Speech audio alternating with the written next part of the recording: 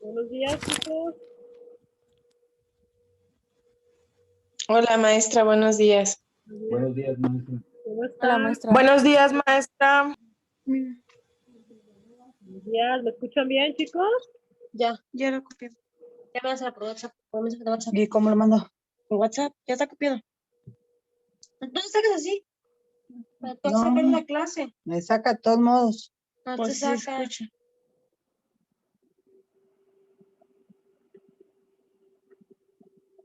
Pegar. Y yo, mira.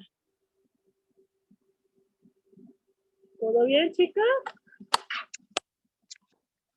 Es como que tenían problemas con su audio, con el internet.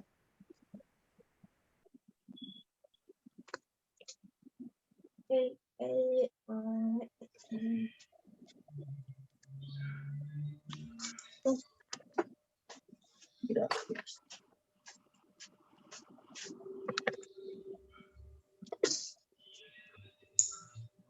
Ok, chicos, pues vamos a comenzar, muchachos, la clase. Les voy a pedir, por favor, los que tengan su audio prendido, lo apaguen, por favor, para que no escuchen ruidos o interrupciones.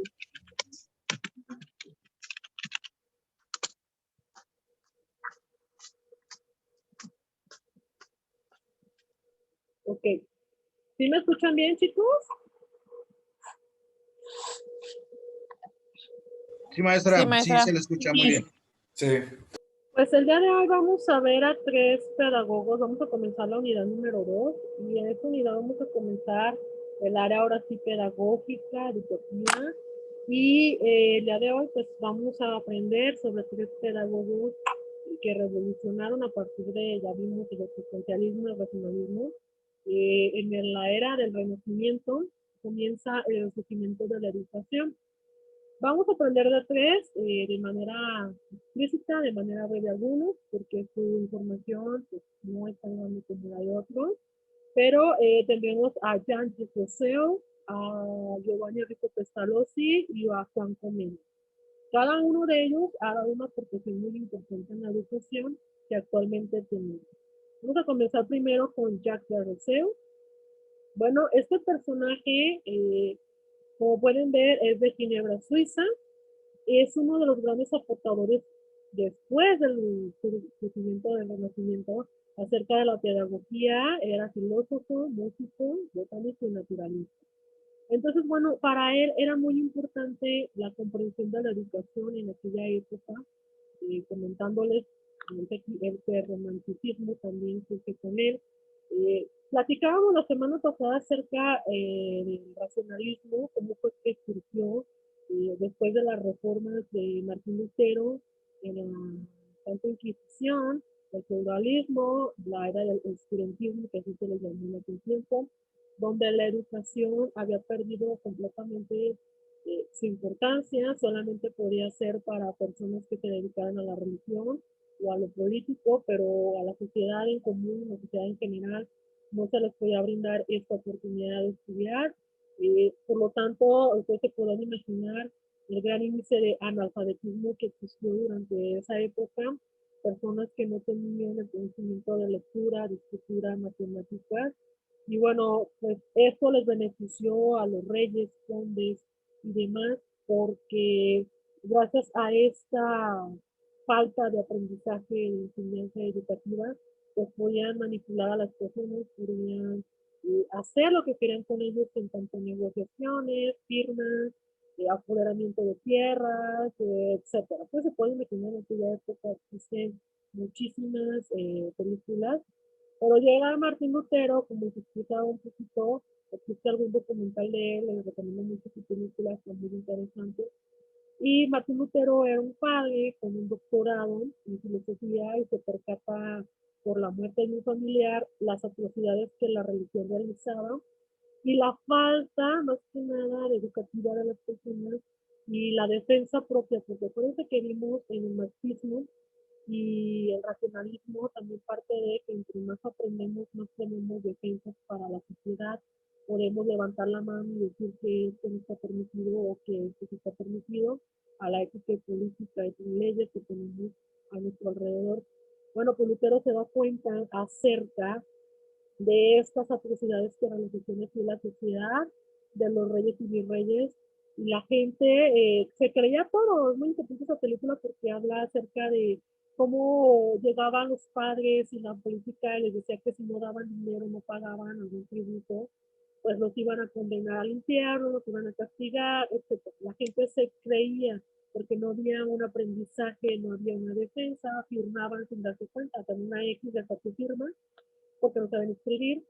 Y bueno, a Jack Russell le llama mucho la atención parte de este tiempo en el que se enfoca principalmente en la educación y en la filosofía, como podemos darnos cuenta. Pero más que nada, él decía que la educación tenía que ser para todos la manera de defensa del ser humano, la manera de poder concebir nuestra ideología social, lo que está sucediendo, y poder crear una nueva forma, una nueva sociedad después de esta época oscurantista. Sus ideas imprimieron un giro copernicano a la pedagogía centrándola en la evolución natural del niño. Él, vamos a ver más adelante a Jean Piaget. Jean Piaget se basa mucho de estas ideologías. También Montessori se agarra gracias a estos personajes que vamos a ver el día de hoy, estos pedagogos. Y bueno, él decía, el giro copernicano era de acuerdo al desarrollo del niño, porque Copérnico era una persona que hacía mucha experimentación física. Él le comentó que fue certificado en la Fuente Inquisición por sus experimentos. Y bueno, él decía que debemos de apegarnos de acuerdo a la naturalidad del niño y dejar desarrollarlo de acuerdo a sus etapas de desarrollo. Por ejemplo, muchos padres de familia que hacen que no quieren que se ensucien, que no quieren que gatien, que se rompen la ropa, pero eso es algo natural que cualquier ser humano necesita hacer para aprender a controlar su psicomotricidad fina, su psicomotricidad gruesa, pero ante todo también el momento de decir que el niño va a caminar lentamente de acuerdo a sus desarrollos. En eso se basa en primera instancia Rousseau. Y bueno, también en las materias directas y prácticas, él empieza a clasificar algunas materias que en la religión, como aquella época, la educación estaba dividida para la religión y la política, reyes, vizcondes y demás. Entonces, para él era importante recalcar cuáles materias, cuáles temáticas, cuáles prácticas eran necesarias para la educación de los niños y de los jóvenes, también para los adultos, que no tenían que ver con la religión. Empieza a separarla y empieza a decir, sí, no veo lo filosófico, pero no quiero que esté tanto lo teológico, o sea, lo religioso. Quiero que sea más enfocado en lo social, quiero que sea más enfocado al pedagogo, a que desarrolle la habilidad de escritura, de lectura, que tenga el razonamiento del conocimiento, que pueda razonar lo que lee, como actualmente lo hacemos nosotros, etcétera, pero de manera directa y conjunto con las prácticas. Sus ideas políticas influenciaron en gran medida en la Revolución Francesa. Por ahí surge esta gran Revolución Francesa, gracias a él, porque se percataban, lo vamos a ver más adelante en la escuela soviética, que transformar una sociedad implica educar a la misma sociedad. No nada más decir transformo por economía, transformo por intercambios, transformo por política. Pero la educación, si ustedes se dan cuenta, es quien realmente transforma. Entonces, en esta Revolución Francesa, las ideas de Jacques Rousseau era esta, la fundamental. Si tenemos una sociedad muy bien educada, ¿qué vamos a tener nosotros? Un crecimiento nacional. Y empieza pues el contexto de una revolución. Queremos cambios y también los quiero republicanos. que es lo mismo, la educación con sus leyes, dividiendo parte de la iglesia, dividiendo ciertas cuestiones económicas, aportaciones, si va a ser centralizada o descentralizada la educación en la que se va a trabajar cada materia. Bueno, su herencia de pensador radical y revolucionario está probablemente mejor expresada en dos frases más célebres, son estas dos frases muy importantes, en una obra que se basa acerca de la sociedad, pero también en la educación, y parte de las teorías republicanas llamado el contrato social. Esa es la frase que él menciona. El hombre nace libre, pero en todos lados está encadenado. Quiere decir que nos encadenan, eso es lo que nos explica un poquito ya en este del contrato social, nos encadenan sus leyes, sus políticas, y sobre todo está criticando al feudalismo en esa época en que te están encadenando como persona, no te están dejando ser libre, no te están dejando aprender, no te están dejando fluir, crecer como persona.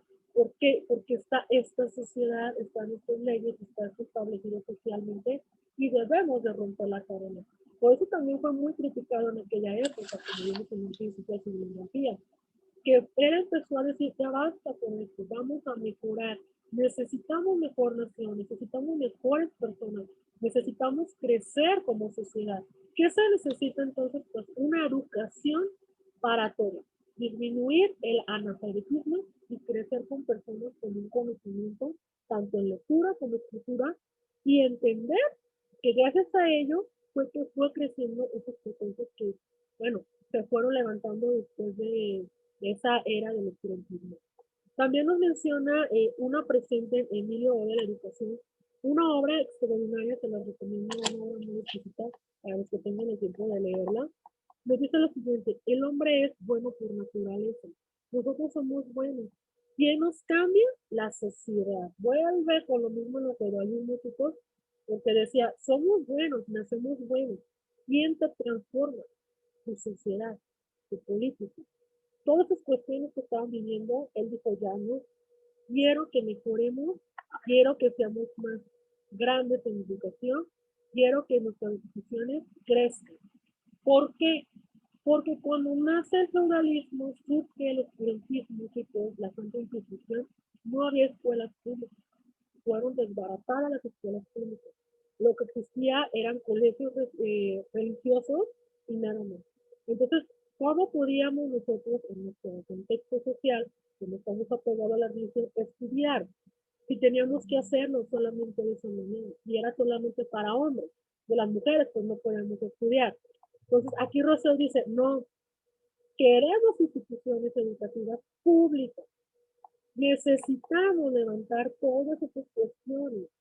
Se acabó el feudalismo, vamos a levantarnos, escuelas, educación, maestros, gente, niños, mujeres, todos educarnos para crecer conjuntamente.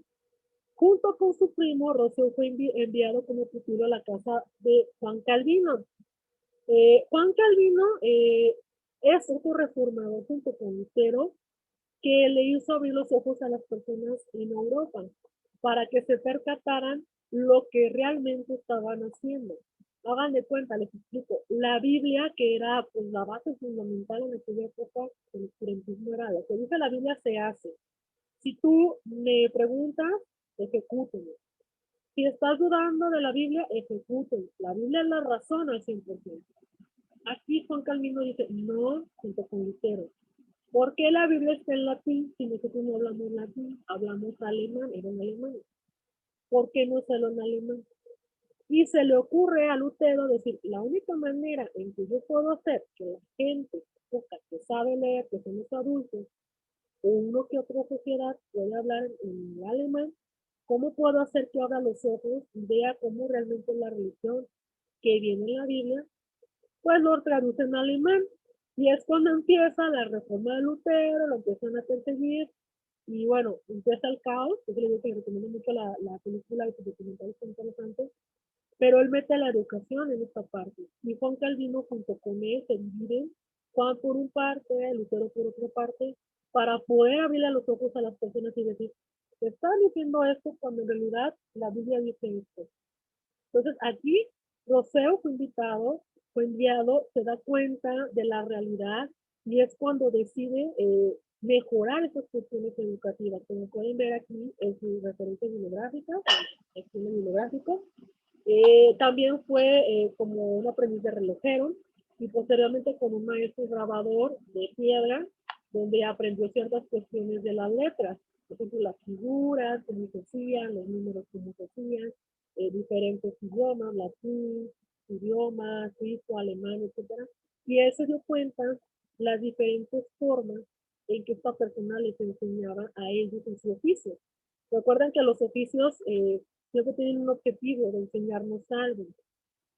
Bueno, aquí contacta a Voltaire, D'Alembert y Ramillieu, que son grandes físicos, que los conocen, que los ejecutan también. Y bueno, y Diderot, y escribe sus obras más reconocidas. Cuando la Academia de Dijon era como una escuela oculta porque no podían estar reunidos, de gente filosófica, médica, física, química, de todo, a escondidas, porque recuerden que estaba prohibido. Él dice, bueno, pues en la Academia de Dijon, que todavía existe esa universidad, ahora es una universidad, todo, veían estas cuestiones. ¿Qué vamos a hacer para que la gente pueda volver a aprender a leer y escribir? ¿Qué vamos a hacer para hacer esas experimentaciones físicas, químicas, biológicas? Y fue propuesto en 1979 un concurso donde él da a conocer ciertas cuestiones, que es el siguiente. Si el restablecimiento de las ciencias y las artes ha contribuido a mejorar las costumbres, ¿qué quiere decir? Que las ciencias y las artes siempre van a seguir creciendo. Y es cuando empieza la Revolución Francesa y el Renacimiento con toda la esplendor. Porque él menciona, si lo leemos un poquito más despacito, que necesitamos volver, ¿se acuerdan que vimos en el racionalismo? Que decía, las bellas artes griegas regresaron. Él decía, tenemos que volver a esas raíces griegas, a esa pedagogía griega, a esa pedagogía que surgió y que ha evolucionado por el tiempo oculta para poder mejorar, y nos dice aquí, las costumbres sociales, que eso era lo más importante. ¿Cuáles eran las costumbres sociales en aquella época, chicos? Leer, escribir, trabajar en el campo, saber defenderse ante cuestiones políticas, ante cuestiones económicas. Esa era la manera de las costumbres para ellos, para las personas de campo. Para las personas de ciudad sabemos que está, pues, que las fábricas, las empresas, los negocios. Entonces, él decía, bueno, según cada contexto debemos de mejorar esas costumbres. Debemos de restablecer aquellos conocimientos y ciencias que ya existían. Y empieza pues esta pequeña revolución. Después gana al siguiente año en su discurso sobre las ciencias y las artes, acerca de esto, donde dice tenemos que renovarnos, tenemos que volver a traer pues esas ciencias, español, matemáticas que ya tenemos, políticas, etcétera, para volver a crecer como una sociedad. Y dice claramente, pues las artes y las ciencias a su juicio suponen una decadencia cultural también. Decían, ok, nuestras ciencias, les explico por qué esta parte, estaba la religión en su máximo esplendor. Entonces, ¿qué te pedían? Que estudiara la ciencia religiosa. ¿Y qué decía este personaje de Rousseau? No, porque te hacen un juicio y te hacen una decadencia cultural, perdón, una decadencia cultural, en la que te están dejando solamente una parte religiosa, pero tu parte personal, ya vimos, el cosmos, tu parte racionalista, trascendentalista, tu parte que ya estaba un poquito el marxismo, surgiendo en los últimos años, poco a poco la en esa época, lo llamado marxismo, claro. Todo esto se está encerrando solamente a tener una idea católica, a tener una idea religiosa, ¿de acuerdo? Entonces aquí es cuando Rousseau menciona, no más, tenemos que traer las ciencias, las artes, las que siempre han estado, las que siempre han dado el máximo esplendor para las personas, para mejorar dentro de nuestra propia sociedad. El legado de Rousseau literario pues, nos deja un enfrentamiento entre la iglesia, sus problemáticas doctrinas, su estilo literario cambió muchísimo. Él empieza a cambiar esas modificaciones de que no voy a hablar sobre religión, voy a hablar sobre educación, voy a hablar sobre política, voy a hablar sobre lo que es real, lo que está pasando en mi cuestión de mi vida todos los días. Sus obras autobiográficas dieron un vuelco fundamental en la literatura europea, a tal punto que es considerado uno de los autores del prerromántico, prerromanticismo y del romanticismo. En el romanticismo, ¿quiénes están, chicos? Shakespeare, por ejemplo. Ustedes pueden ver cómo expresaba Shakespeare sus obras, cómo hablaba más libremente. Antes no se podía. Entonces, gracias a Rousseau existe la literatura que tenemos, ejemplos de Shakespeare, Cervantes, tenemos a Oscar Wilde, a muchos, ¿no? Que gracias a este rompimiento, separación de la iglesia, pues da el resurgimiento de las nuevas artes. Poco a poco, no crean que se hicieron al máximo, lentamente en recuperación. Las obras también influyeron en su época, como Julia o la Nueva Eloísa, Emilio de la Educación, ya que transformaron las ideas sobre la familia, y también, por ejemplo, Emilio o la de la Educación habla acerca de la educación como era en aquella época y cómo era antes de este nuevo renacimiento. Por ejemplo, castigos, golpes, maltratos, que no había una igualación, que solamente el rico podía tener una educación. Aquí en esta obra, maravillosa, se la recomiendo, habla también acerca de la familia, cómo educaba la familia, el trabajo que hacían los papás los niños que sabían leer y escribir, para enseñar a escondidas a los hijos a leer y escribir, porque estaba prohibido por el feudalismo. Otras obras muy importantes son el contrato social, el discurso sobre el origen de la desigualdad entre los hombres, que es muy importante. Ahí también nos critica por qué unos tienen derecho a educación, a opinar, y por qué otros no pueden opinar y educarse. Interesante, la verdad, les digo que se los recomiendo, chicos, porque son una información que nos abre los ojos y nos hace ver cómo es que la educación surge con el Renacimiento, cómo es que hasta el día de hoy lo tenemos establecido en los modelos educativos, en políticas y hasta en nuestras propias clases día a día.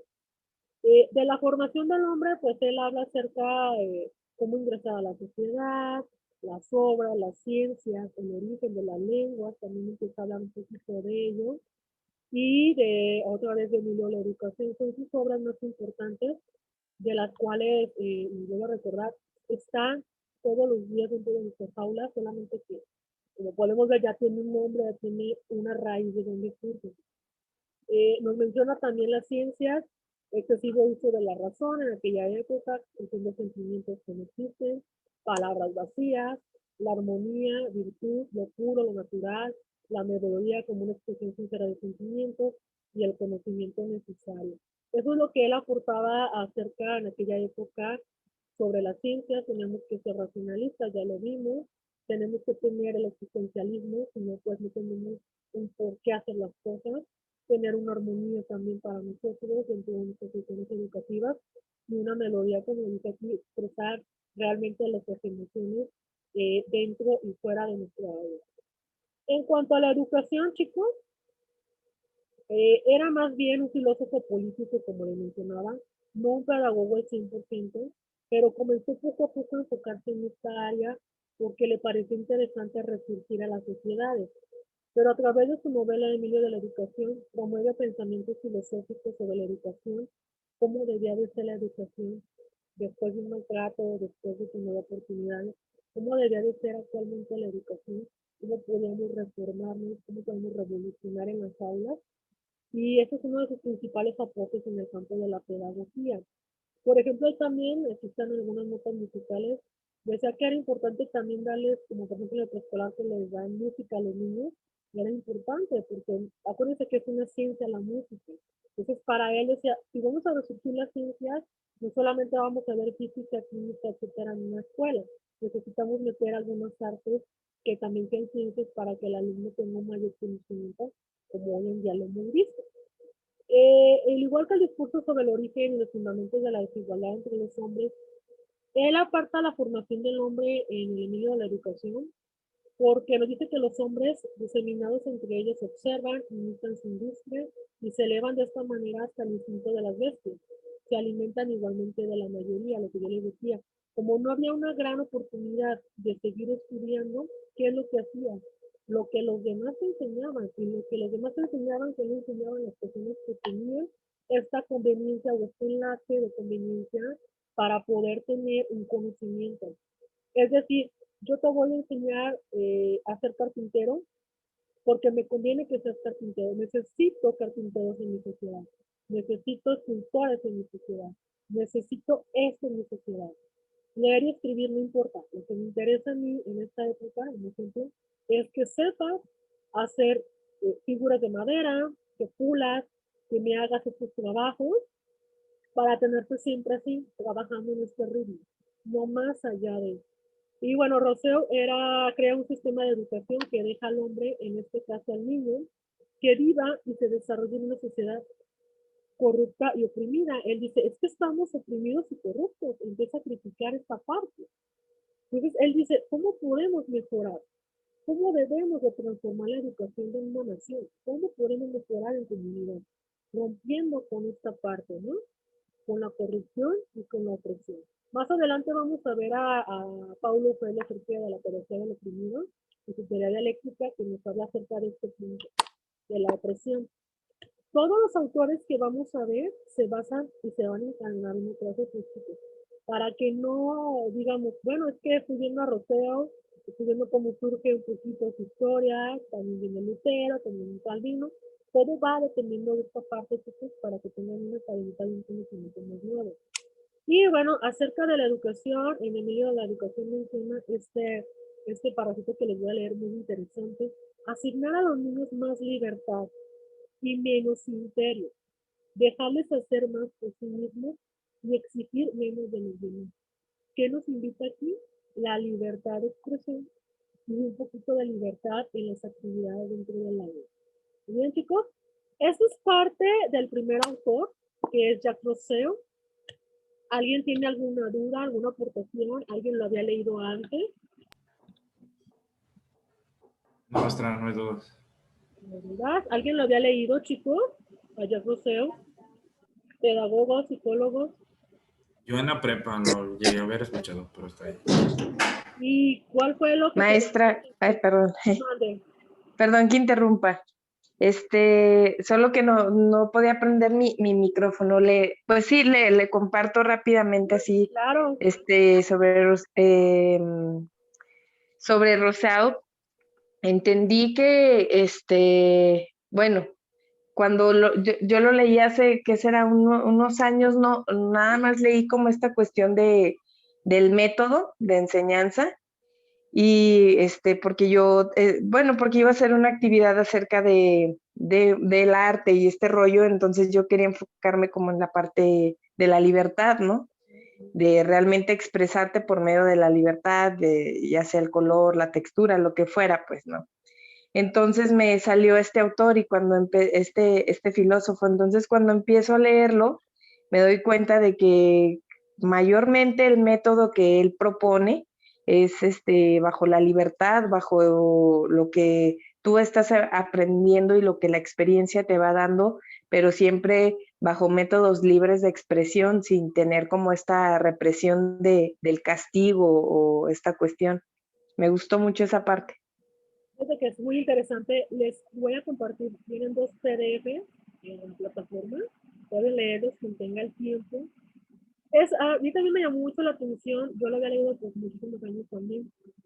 Y cuando veo a Jacques Rousseau dentro de una materia que tiene historia de la educación por ahí, y recordé, dije, bueno, yo recuerdo algún autor, pues uno lee y a veces nos queda solamente las ideas, y decía la libre expresión, como dice la compañía de sus actividades, no estar detrás de ellos manipulándolos, tener la comprensión de acuerdo a su edad y dejar esta pequeña libertad, ¿no? Porque muchas veces queremos imponer y decimos, de tal color va a ser la figura y no, o sea, él nos dice que no, o sea, debemos de dejarlo porque esto le va a hacer crecer una libertad propia, también una creatividad, es decir, en el tema de creatividad tiene mucho que ver esta parte de Jacques Rousseau, está Léxico Menú, vamos a ver más adelante, y impacta a veces. Fíjese que a mí me gustó mucho leer acerca de, entonces les comento, cómo surge esta nueva forma de ver la pedagogía. Me encanta la historia.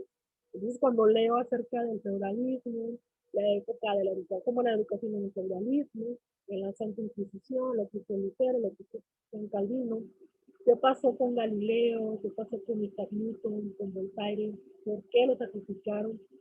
y llega este personaje, perdón, a revolucionar las cuestiones pedagógicas, pues me parece increíble cómo empezó a retar, como pueden ver en sus diálogos, en sus libros, a la sociedad. Es decir, no más opresión, no más manipulación, no más una educación solamente para la religión, ya no. Queremos mejorar, estamos destruidos. Imagínense ustedes cómo quedan después de unas guerras, ¿no?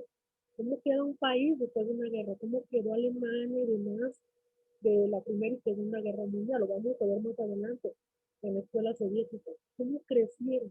Se basaron en Yagoseo, quiero que lo sepan. Se basaron en Pestalozzi, se basaron en Montessori, se basaron también en Comenius, que vamos a ver más adelante. Entonces, aquí esta parte, chicos, es interesante ver cómo resurge la educación, ¿de acuerdo? ¿Alguna otra duda que tengan? ¿Alguien que tenga una aportación? ¿Nadie? Yo, maestra, Ok, adelante, compañera. no, nada más compartir yo de alguna manera la obra de este pedagogo la conocí porque tengo formación Montessori. Entonces se me hace muy interesante cómo fue prácticamente él quien le abre paso a la educación Montessori, a la educación Pierre Force, a lo que conocemos ahora como educación personalizada y que es tan costosa, hablando en educación actualmente, pero sí me parece muy interesante cómo él fue directamente el primero en abrir el camino a esta educación, en esta batalla para que en la educación exista la libertad. Tristemente en los sistemas educativos, específicamente en el de nosotros, carecemos de esa libertad. De manera particular, yo pues trabajo en el sector privado y la verdad es que nos encontramos con muchos tapones, por decirlo así, para poder inculcar en los niños esa libertad para crear, esa libertad para crecer, esa libertad para aprender, porque constantemente estamos batallando con ese, tienes que entregar la tarea, el círculo tiene que ser rojo, el cuadrado tiene que ser azul. Entonces, para mí está siendo muy interesante este tema, la verdad, solo quería compartir eso. Muchas gracias. Fíjense, chicos, otro dato interesante de estos tres autores que vamos a ver el día de hoy y algunos otros que vamos a seguir viendo durante esta unidad, que es muy interesante, les va a servir muchísimo. Por experiencia se los digo, es, como dice la compañera, ¿cómo damos las clases en nuestro país, no? ¿Cómo nos dan estos datos? No puedes hacer esto ni puedes hacer lo otro. Si ustedes se dan el tiempecito de buscar un video acerca de los modelos educativos, si ustedes ven las pruebas PISA, ven las evaluaciones por parte de las organizaciones de educación a nivel mundial, la OCDE, lo voy a decir así, ustedes lo ven, dices, a ver, ¿por qué ¿cómo puede ser Singapur? ¿Por qué Qatar, que era un país que estaba muy abajo de México, subió al cuarto lugar? Creo que está en segundo, tercero de las mejores educaciones del mundo. ¿Por qué otros países europeos siguen creciendo? Porque agarran estos modelos.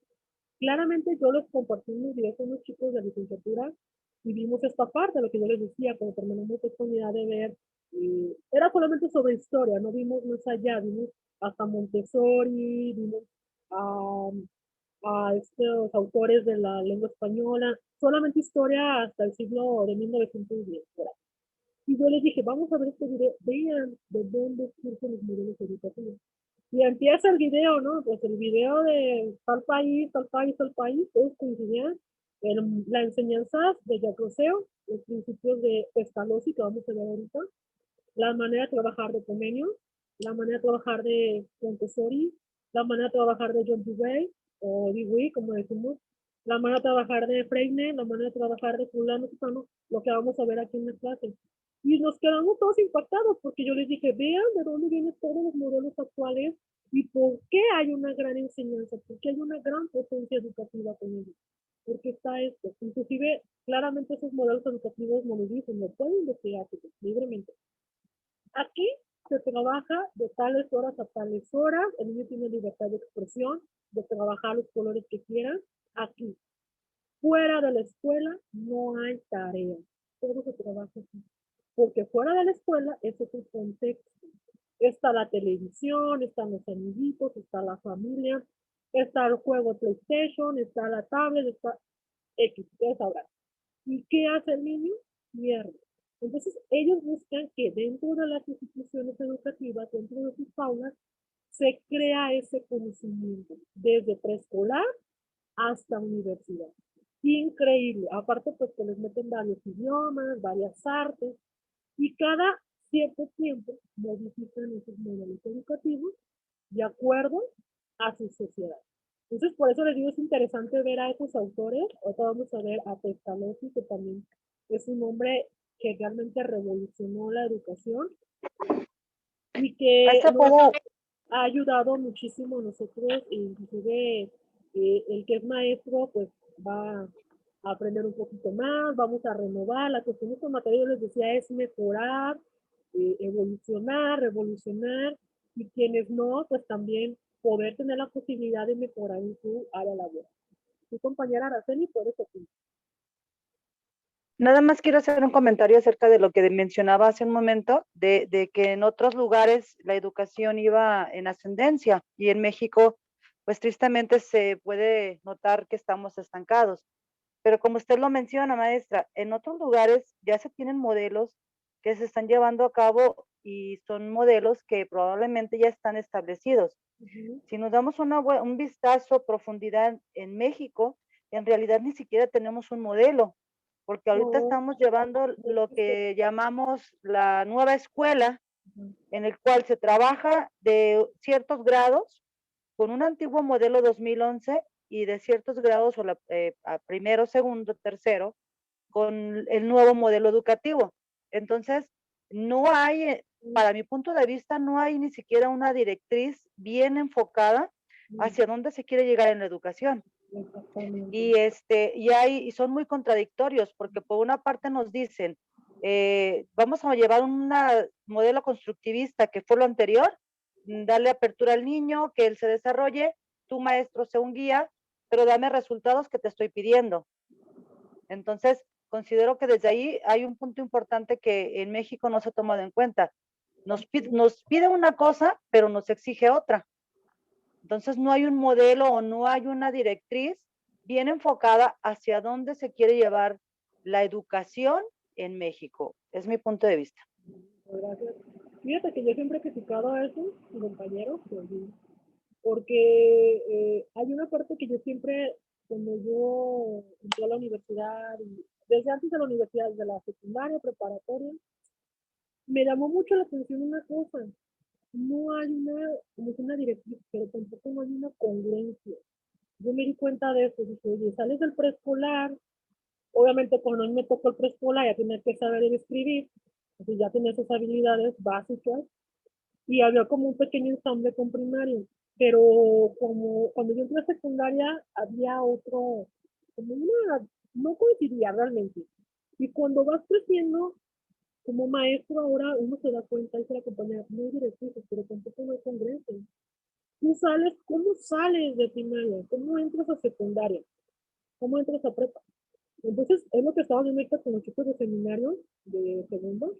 Llega un momento en el que tú, bueno, en planeación, perdón, de tercero, llega un momento en el que entras a la preparatoria y ves la realidad. Híjole, yo nunca aprendí esto. Yo recuerdo que dije, yo no me acuerdo de esto, ni de esto, ni de esto, ni de esto, ni de esto, ni de esto, ni de eso. Y de ser uno de esos de prepa. No, lo viste en segundo, tercero, lo viste en quinto, sexto, lo viste en... Y yo dije, ¿cuándo? No recuerdo. Entonces ahí la congruencia también en cuanto a los modelos, los teorías que vamos a utilizar dentro del aula, dice la compañera, utilizas un modelo de tal año en tal grado y un modelo de tal grado, pues no hay una congruencia, a eso quedamos. Y ahí es donde yo me preguntaba, ¿por qué no hay una congruencia?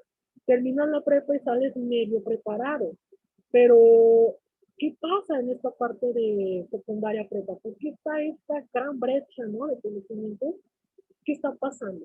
Bueno, chicos, pues vamos